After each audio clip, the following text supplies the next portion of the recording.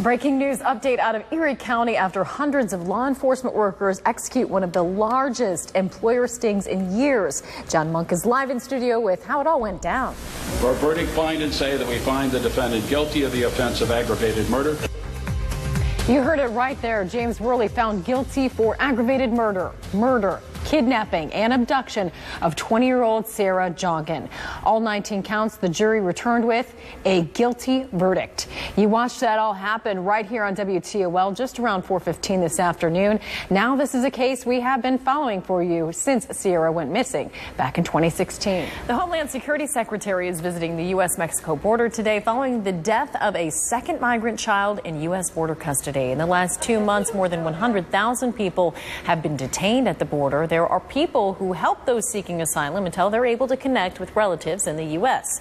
Many saying they have been swamped with thousands of hopeful migrants. Shows the plant plans to shut down completely in 2 years. And after that starts the process of decommissioning the plant, a process that will take time and a lot of money. That's what is being discussed tonight. Right now, Toledo Express Airport preparing for the worst with a simulated disaster exercise. This is just a drill. It's required by the FAA. It's a simulation of a plane crash, and local Boy Scouts are playing the victims. Thanks, guys. Nice Christmas wish there. Yeah, I'm getting a lot of my wishes granted today. Just got a visit from my boys here. He asked me if I was in timeout because I'm stuck to this chair. Work is timeout. I'm in timeout, stuck to this chair. Lots of families coming out to see the new tunnel here. Yeah, absolutely. And I actually got that wish granted, got to go through the tunnel again. It has been closed for 20 years now. Can you believe that? I grew up here going through that tunnel. It was the only way to get onto the side for the longest time until they built this bridge, which we're on right now. What an experience to take a look at that tunnel again, and I'll bring you along with me. Now, we watched this guilty verdict given in real time, live right along with many of you, and what we noticed as well, the family who we couldn't see at that time were very emotional. That is in stark contrast to James Worley, who seemed virtually unaffected, basically no emotion as they read guilty after guilty after guilty. An act of kindness going viral tonight. This picture is from a flight last week. Flight attendants on board asking an urgent question. Did anyone know sign language? That's when a 15-year-old girl, she stepped in to help, kneeling down next to the 64-year-old Tim Cook and starting a conversation. It is a beautiful day here at Highland Meadows. Kristi Leigh with me. I wanted to find the biggest golf fan I could, and I think I found her. I think I found the biggest golf fan in Northwest. I'm happy to be here and to explain, Jordan, how this all works. You know, so he needed a clarification on a few things. I'm happy to do that for him. Yeah, you were teaching me everything in there. It was great. So it is a beautiful. 3 years ago, we were all divided by the color of a dress. Now it's an audio clip that has friends, families, and coworkers split into two groups. Those who hear Laurel and those who hear Yanni. Laurel. The Mike DeWine watch party. A victory being claimed tonight there, Kristi. Absolutely, you can hear it by all the cheering behind me. It has been good spirits for quite some time.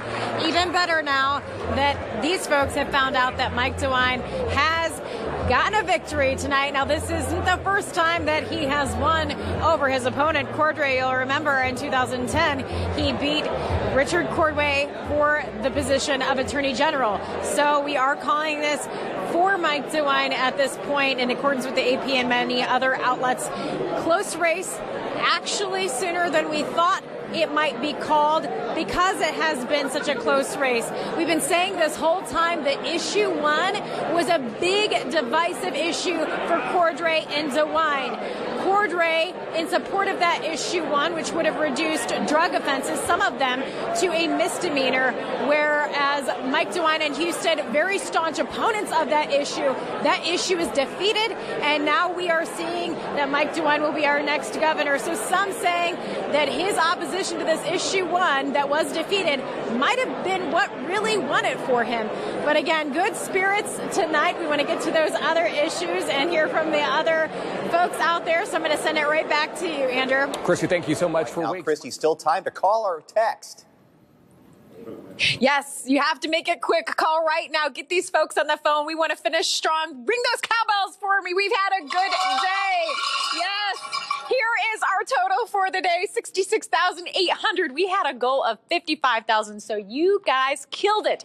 Thank you, thank you, thank you. Yes, everybody, for being involved and for making a difference in children's lives. You're making a difference in saving lives, enriching lives, and we thank you so much. Survivors. Our Kristi Leigh there live before she herself goes over the edge. Kristi, quite exciting.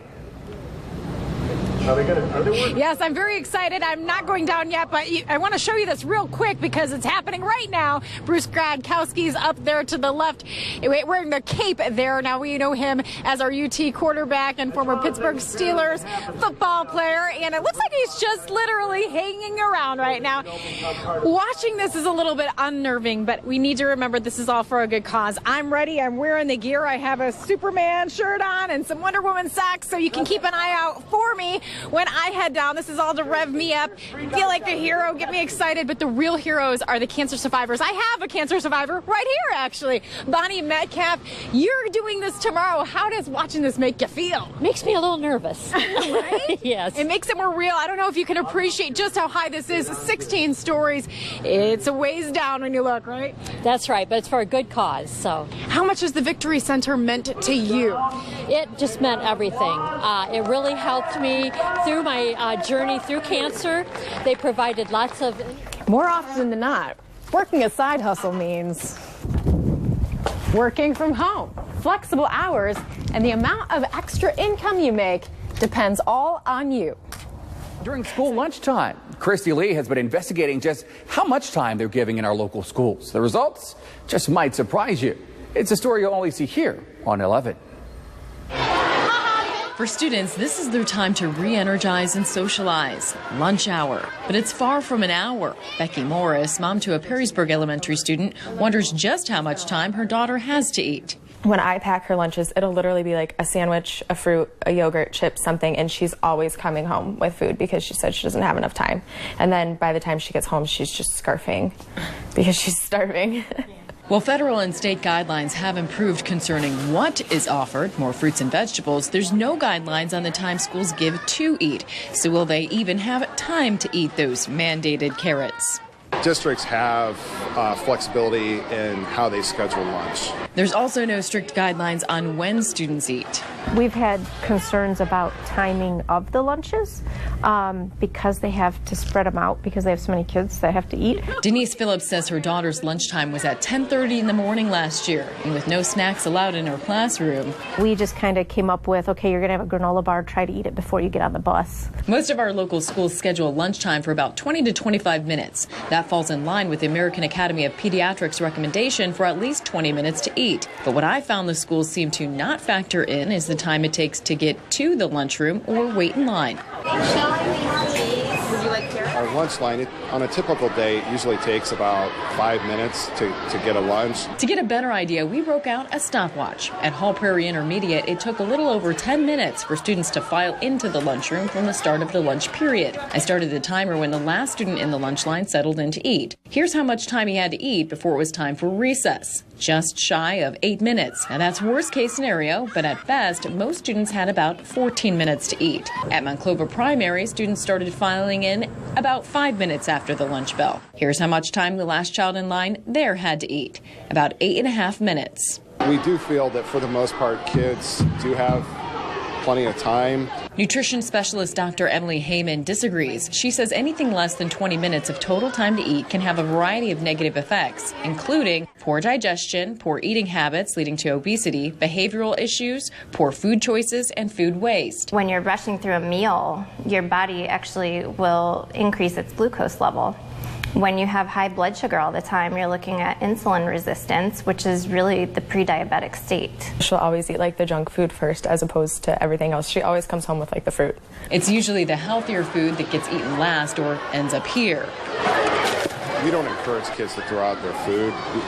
We obviously want them to eat fruits and vegetables and their main course.